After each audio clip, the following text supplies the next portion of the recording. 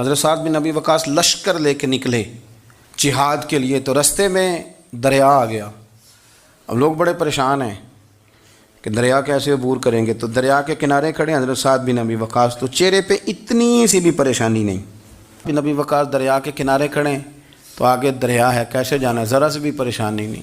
سپاہیوں نے پوچھا حضور کرنا کیا ہے؟ فرمانے لگے کچھ بھی نہیں، دریا پار کرنا ہے۔ انہوں نے کہا کس طرح؟ فرمانے لگے دیکھ لو کیسے پار ہوتا ہے۔ حضرت سعد بن ابی وقاص دریا سے بات کر رہے ہیں، دریا سے۔ اقبال کہتے ہیں دشت تو دشت دریا بھی نہ چھوڑے ہم، بحر ظلمات میں دوڑا دیے کھوڑے ہم۔